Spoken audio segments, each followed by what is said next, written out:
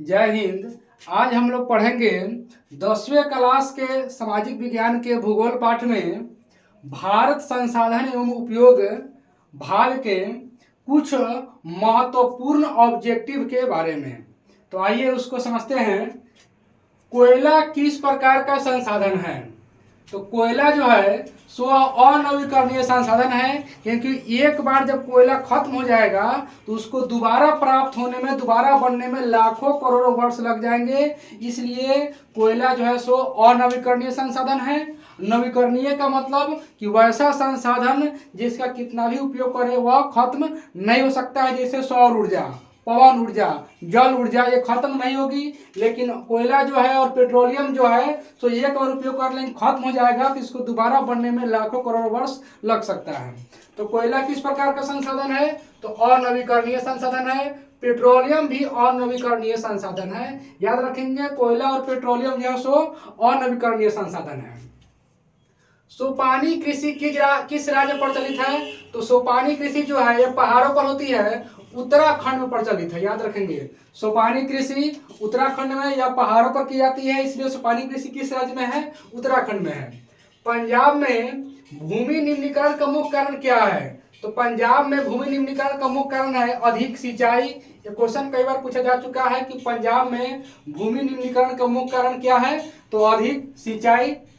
कपास की खेती के लिए सबसे उपयुक्त मिट्टी कौन है? तो कपास की खेती के लिए सबसे उपयुक्त मिट्टी होती है काली मिट्टी। और यहाँ पर काली मिट्टी नहीं दिया है, ऑप्शन में दिया है लाल, जलोढ़, बांगर, रेगुर। तो रेगुर मिट्टी को ही काली मिट्टी कहा जाता है। और परीक्षा में इस तरह से भी दे सकता है, काली मिट्टी ना दे करके रेगुर मिट्टी भी दे सकता है, क्योंकि काली का दूसरा नाम क्या होता है? रेगुर मिट्टी। तो कपास की खेती करने के लिए सबसे अच्छा मिट्टी कौन माना जाता है? काली मिट्टी, यानी कि रेगुर मिट्टी। देश के बांधों को किसने भारत का मंदिर कहा था? तो देश के बांधों को पंडित जवाहरलाल नेहरू ने भारत का मंदिर कहा था। बिहार में कितने प्रतिशत क्षेत्र में वन का फैलाव है? तो बिहार में 7.84% क्षेत्र में वन का फैलाव है। और पुराना का जो आंकड़ा है वह 7% है या 7.7 है, यह पुराना आंकड़ा है। और अभी के समय में, वर्तमान समय में बिहार में वन का प्रतिशत 7.84 है। याद रखेंगे। अब जो नया वाला जो आया है आंकड़ा, उस आंकड़ा के अनुसार बिहार में वन का प्रतिशत 7.84 होगा। पुराने वाले डाटा में 7 या 7.7 होगा। लेकिन नया वाला जो अभी वर्तमान का जो आंकड़ा करंट अफेयर आया है, उसमें बिहार के क्षेत्र में जो है ना 7.84% पर वन का विस्तार है। मेढक के प्रजनन को नष्ट करने वाला रसायन कौन है? तो मेढक के प्रजनन यानी उसकी जनसंख्या जो बढ़ता है उसको नष्ट करने वाला रसायन कौन होता है? एंड्रीन। याद रखें, कौन होता है? एंड्रीन। मेढक के प्रजनन को नष्ट करने वाला रसायन एंड्रीन। पृथ्वी को जल की उपस्थिति कारण क्या कहा जाता है? तो पृथ्वी को जल की उपस्थिति कारण इसे नीला ग्रह कहा जाता है, क्योंकि अंतरिक्ष में जाकर के वहां से जब पृथ्वी को देखा जाता है तो पृथ्वी के 71% भाग पर जल है, जिसके कारण अंतरिक्ष से पृथ्वी जो है सो नीला दिखाई पड़ता है, जिसके कारण इसे नीला ग्रह कहा जाता है। बिहार या वेस्ट बंगाल यानी कि पश्चिम बंगाल, बिहार और पश्चिम बंगाल में अति जल दोहन से किसका संकेंद्रण बढ़ा है? तो बिहार और बंगाल में अति जल दोहन से आर्सेनिक का संकेंद्रण बढ़ा है। याद रखेंगे, बिहार और बंगाल में अति जल दोहन से आर्सेनिक का संकेंद्रण बढ़ा है। प्राणियों के शरीर में जल की मात्रा होती है, तो प्राणियों के शरीर में जल की मात्रा 65% होती है। याद रखेंगे, प्राणियों के शरीर में जल की मात्रा 65% होती है। कुल जल का कितना प्रतिशत भाग महासागरों में है? तो कुल जल का 96.6% भाग महासागरों में है। यानी कि इतना पानी 96.6% पानी, 71% क्या, 96.6% पानी महासागरों में है। और हम जानते हैं कि महासागर का जल खारा होता है, खारा यानी कि नमकीन, जो पीने के लायक नहीं है। भारत का सर्वाधिक वन क्षेत्रफल वाला राज्य, तो भारत का सर्वाधिक वन क्षेत्रफल, ध्यान रखेंगे यहाँ पर क्षेत्रफल पूछेगा। जब क्षेत्रफल पूछेगा तो एरिया बड़ा है, उसमें ज्यादा बड़ा एरिया में वन का विस्तार मध्य प्रदेश में है। याद रखेंगे, भारत का सर्वाधिक वन क्षेत्रफल वाला राज्य मध्य प्रदेश। भारत का सर्वाधिक वन प्रतिशत, जब प्रतिशत पूछेगा यानी घना वन जहाँ हो जाएगा, एरिया कम हो लेकिन उसमें घना आबादी हो, क्या वन का जंगल का आबादी जो है घना हो, तो उस स्थिति में हो जाएगा मिजोरम। ये क्वेश्चन कई बार आया हुआ है, इसको देख लेंगे। भारत का सर्वाधिक वन क्षेत्रफल तो मध्य प्रदेश, क्षेत्रफल मध्य प्रदेश, क्षेत्रफल मध्य प्रदेश, और प्रतिशत मिजोरम, प्रतिशत मिजोरम याद कर लेंगे, प्रतिशत का मिजोरम।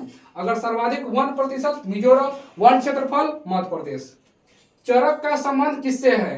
तो चरक का संबंध भारत से है, और जो चरक जो थे ये आयुर्वेद के जनक इन्हीं को कहा जाता है। आयुर्वेद के वैद्य थे, आयुर्वेद के ज्ञाता थे। आयुर्वेद जो इलाज का पद्धति है, आयुर्वेद होम्योपैथ, एलोपैथ, तो आयुर्वेद के जनक कौन? चरक। और इनका संबंध किससे है? भारत से है।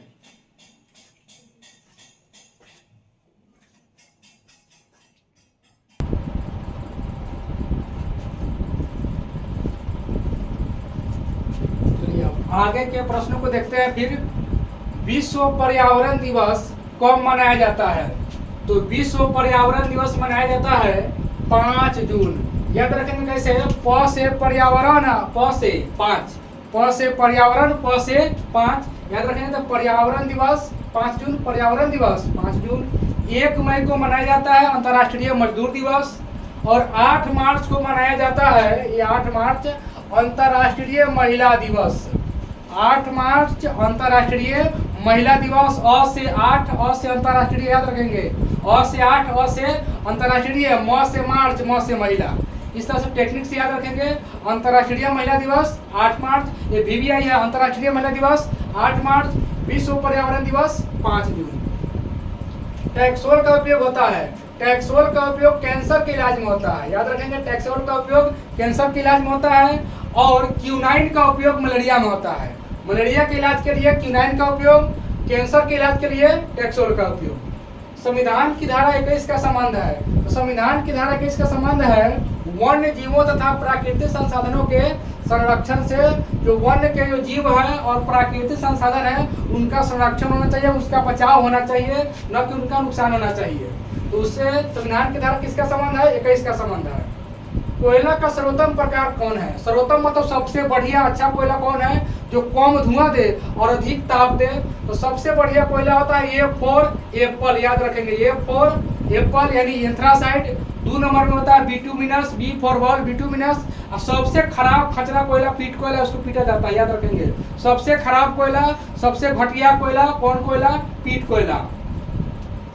सीमेंट उद्योग का सबसे प्रमुख कच्चा माल, तो सीमेंट उद्योग का सबसे प्रमुख कच्चा माल होता है चूना पत्थर। सीमेंट उद्योग का सबसे प्रमुख कच्चा माल चूना पत्थर। भारत का प्रथम तेल शोधक कारखाना, तो भारत का प्रथम तेल शोधक कारखाना असम का डिगबोई, यहाँ डिगबोई है तो यही हो जाएगा इसमें। भारत का प्रथम तेल शोधक कारखाना असम का डिगबोई। अगर बिहार का पूछता कि बिहार का प्रथम तेल शोधक कारखाना, तो बरौनी हो जाता। बिहार का प्रथम तेल शोधक कारखाना बरौनी, और भारत का प्रथम तेल शोधक कारखाना डिगबोई। भाखरा नांगल परियोजना किस नदी पर है? तो भाखरा नांगल परियोजना जो है सो सतलज नदी पर है, याद रखेंगे। भाखरा नांगल परियोजना किस नदी पर है? सतलज नदी। भाखरा नांगल परियोजना सतलज नदी, भाखरा नांगल परियोजना सतलज नदी। टेक्निक से याद करें, भाखरा नांगल ल लगा हुआ है तो ल वाले मिला लेंगे, सतलज। नागार्जुन परियोजना किस नदी पर है? नागार्जुन में नागा न है ना, तो न मिला देंगे यहाँ पर। तो नागार्जुन परियोजना किस नदी पर? कृष्णा नदी। नागार्जुन परियोजना किस नदी? सुपर हिट है आपकी बात की परीक्षा के लिए। नागार्जुन परियोजना किस नदी पर? कृष्णा नदी पर। देखिए टेढ़ा टेढ़ा नाम, नागार्जुन बोला कृष्णा, टेढ़ा कृष्णा नागा याद रखेंगे। और महानदी पर कौन है? हीराकुंड परियोजना है। महानदी पर कौन है? हीराकुंड। भारत में सबसे लंबा बांध कौन है? तो भारत में अगर सबसे लंबाई में पूछेगा तो हीराकुंड। लंबाई के माध्यम में कौन जाएगा? हीराकुंड। और ऊंचाई पूछेगा तो भाखरा, याद रखेंगे। ऊंचाई पूछेगा तो भाखरा, लंबाई पूछेगा तो हीराकुंड। एशिया का सबसे बड़ा परमाणु विद्युत गृह है, एशिया का सबसे बड़ा परमाणु विद्युत गृह है तारापुर। एशिया का सबसे बड़ा परमाणु विद्युत गृह तारापुर। एशिया का सबसे बड़ा परमाणु विद्युत गृह तारापुर। संसाधन होते नहीं बनते हैं, यह किनका कथन है? संसाधन होते नहीं बनते हैं, यह कथन है जिम्मरमैन का। संसाधन होते नहीं है बल्कि बनते हैं, यह कथन है जिम्मरमैन का। और महात्मा गांधी जी का कथन था कि हमारे पास पेट भरने के लिए बहुत कुछ है लेकिन पेटी भरने के लिए कुछ नहीं। ये महात्मा गांधी का कथन, पेट भरने के लिए बहुत कुछ है लेकिन पेटी भरने के लिए कुछ नहीं, और संसाधन होते नहीं बनते हैं, यह कथन जिम्मरमैन का है। और पंडित नेहरू देश के बांधों को जो है ना, पंडित, इससे पहले क्वेश्चन मिला था आगे, सर्वाधिक वर्षा होती है, सर्वाधिक वर्षा कहाँ होती है? चेरापूंजी, ये पहले था अब नहीं है। सर्वाधिक वर्षा क्या कहाँ होती है? सबसे ज्यादा अभी के समय में मासिन राम, सर्वाधिक वर्षा मासिन राम। पहले का ऑप्शन जो था ना, पहले का रिकॉर्ड जो था वो चेरापूंजी था, लेकिन अब जो है मासिन राम हो गया है। तो सर्वाधिक वर्षा वाला स्थान, विश्व भर में सर्वाधिक वर्षा वाला स्थान मासिन राम। भारतीय वन्य जीव बोर्ड का गठन कब हुआ? तो भारतीय वन्य जीव बोर्ड का गठन 1952 में हुआ। भारतीय वन्य जीव बोर्ड का गठन 1952। भारतीय वन्य जीव बोर्ड का गठन 1952। भारत का बर्मिंघम किस शहर को कहा जाता है? तो भारत का बर्मिंघम जो है सो जमशेदपुर को कहा जाता है, याद रखेंगे। भारत का बर्मिंघम जमशेदपुर को कहा जाता है। लखनऊ को कहा जाता है नवाबों का शहर, लखनऊ को नवाबों का शहर, गुलाबी शहर जयपुर। और पटना में क्या प्रसिद्ध है? गोलघर। पटना में गोलघर, गुलाबी शहर जयपुर, नवाबों का शहर लखनऊ, और भारत का बर्मिंघम जमशेदपुर। तो आज के लिए इस क्लास में इतना ही, फिर मिलेंगे इसके आगे अगले क्लास में। Thank you very much.